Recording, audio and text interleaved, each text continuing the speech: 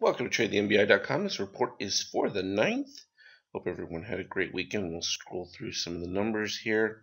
Looking at the NASDAQ, we can see that we've turned quite a bit of green.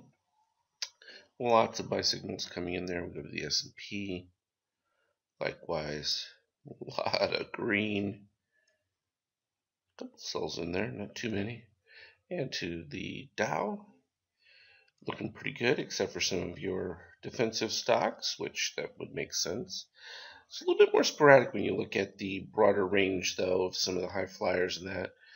Some of them have been making a return, others continuing their slides going down. So all in all, fairly healthy. We've had decent information as far as what we can expect from the market. We can see now that we've reached an overbought. We had the inflows come in at the beginning of the month there around the 5th, as we expected, and that caused a significant pop. And we've got good separation on this, so no end for it here at this particular moment. Do we get a retrace on any of this? Possible, but well, that would go all the way back to right here, 37.75. And it's interesting because if we look at the MBI Opus programs, obviously closed out that previous trade, created a Star Hawk, and then an additional Star Hawk at the end of Friday as well. So adding to it. Now that's interesting because what that'll do is they'll combine for a little bit smaller target as far as the up move going forward. So it's already got part of it built in, and then adding to it again. So that's always good to see when those programs are doing. Of course, we look at the Behemoth, which happens to be the 50K. We can look and see where the latest details on that one are. Always phenomenal. It was just shy of its all-time equity highs. Every time you see the little dot, that indicates you're reaching a new high. And if we go to where we're at for the current trade, up just under 80,000 on that one. So that's going to bring it well over into new highs. Not bad. Interesting, the last stop it has is 23.75. We would expect on any weakness change that we will get a additional higher level pop in there somewhere. Hasn't happened yet. If we look at the intraday, might as well do it while we get these charts going. It's just a slow, steady ascent. Nothing particular. I mean, everything, most of the steel stayed below the red and white, and so did the cyan most of the day. And it stayed pretty elevated. It wasn't until the end of the day that we started to see a little bit of breakdown, a little bit of the chaos return back to the general setups. And all it's doing is just retracing the positive extremes there. Nothing special. So from that daily standpoint, you can see that's continuing. Steel moving down to the bottom of it. Interesting, we're going to get the 3 red, white, and green up above, steel and cyan down below. And if steel now heads back to the safety zone, could be in for an extended run. We'll see how it plays out. Here we got the NQ, also looking much healthier than before. It broke away here on that last move and has continued. Also overbought, though. Keep that in mind. The YM had started putting in some of the short dot fractals there, and interesting because it's a little bit late in this turnaround. Which means that it's not as extreme too. You'll notice that you still have steel all the way up here, and you just removed, tipped down here below. So it'll be interesting as we approach this zero here for the Dow. Needs to break up convincingly over. If it does, you should get a strong move to the upside from it. Anything weakness there would be of concern. We knew that TLT here was in the sell. It's maintained its sell signal. Coming off the extreme histogram, though, a slight pop. Didn't hold very well through it, but it was still justifiable with the fact that it's moved back above the red line, though you would expect that low to get retested. And on a rising histogram would become attractive. The fact that the green is down this low and we had steel coming from below means that any new buy will be attractive from within that configuration. Oil holding up very nicely within pretty weak setup that it had developed, just now converted back the other direction. So we should expect a resurgence back in oil. That may put some stall pressure on the market. We'll see how much of an impact that has. And the very modest buy configuration that happened in gold, we don't expect it to do much because you're coming off of deep red trend. And is narrowing the gap a little bit, but the reality of this is you need to see a significant move in red and white to start accelerating in order to see any strength, because this is just continuing to make lower lows and everything. We need to see if the green can catch up and get some thrust to it, but at this particular point, we're still expecting just modest. I wouldn't even say blah. I don't even know that you're going to get a whole lot of pop from it. It's just no incentive for it right now. X actually making a decent run at turning around. We may break into a new zone with the red there and continue to propel. So any retrace there at this particular point looks attractive, unless we get a cyan pivot back up and a green down. Then we would expect that we're going to head all the way back to the lows. AIG, beautiful with that cyan staying below the green. Nice with the steel also down below in the safety area.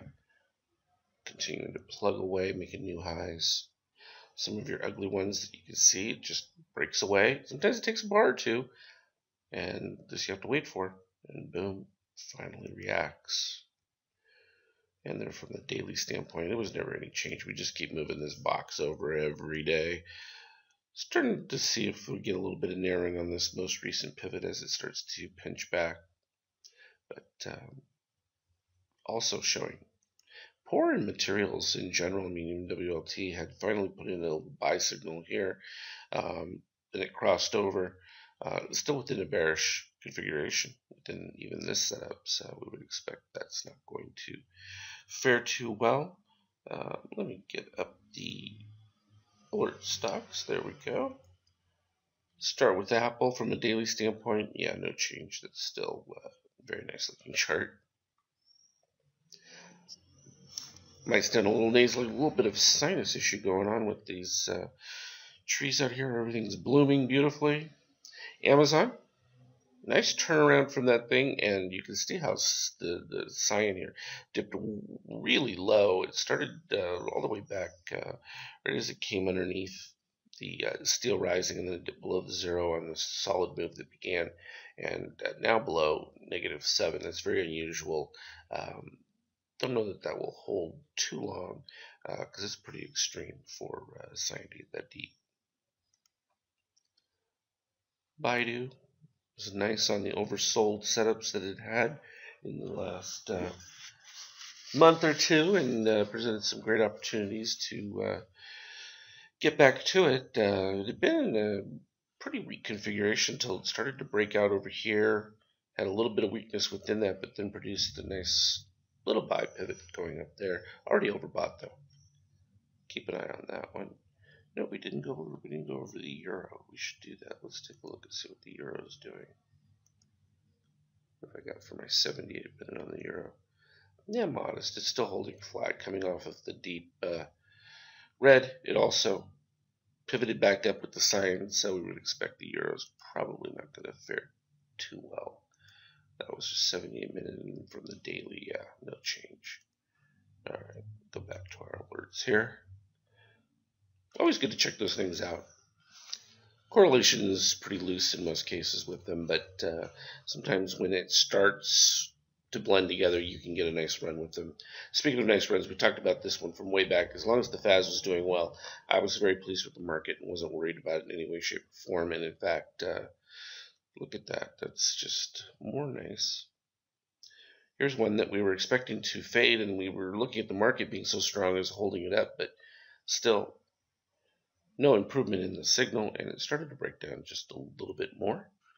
Nice play from an intraday standpoint, as well as just overall from the pink dot. It is an interesting one for those that are looking for it. I did make a change on the I gotta get the pink bar to show up. There we go.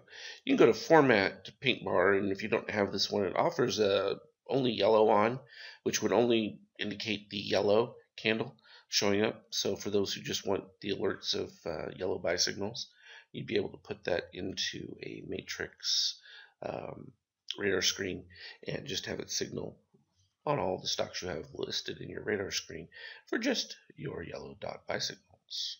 Google, decent turnaround with that. Everything going good with the steel. The problem is you got a buy crossover from the green, and the slightest bit of pivot on that is going to come back down. Not very attractive in my view from that standpoint. Netflix has been very nice, continues to be very nice. The separation, all the right directions. Staying away from that has been foolish. PCLN we've thought is ugly, and yeah, it continues to be ugly. And what did we talk about? We just talked about it coming back. Oh, gee, when it was all the way up here to 78, going back down to 1206 range for a retest of the positive extreme, and got a couple of emails saying that that was absolutely insane. Didn't I know that it was the best company in the world, as is, oh wait, Tesla, another one, perfect company. I don't care what the company's doing, that the stocks will trade up and down according to who has the strongest position at any given time. The key is just being able to see who's got that strongest position. This particular point, Tesla putting in a decent buy setup there. Twitter's been ugly for some time. I remember it was back over here. Oh, the low is in, and then we popped up, and then they would look like geniuses. It's like, no, we're going right back to the lows, and then what did we do? Go right back to the lows.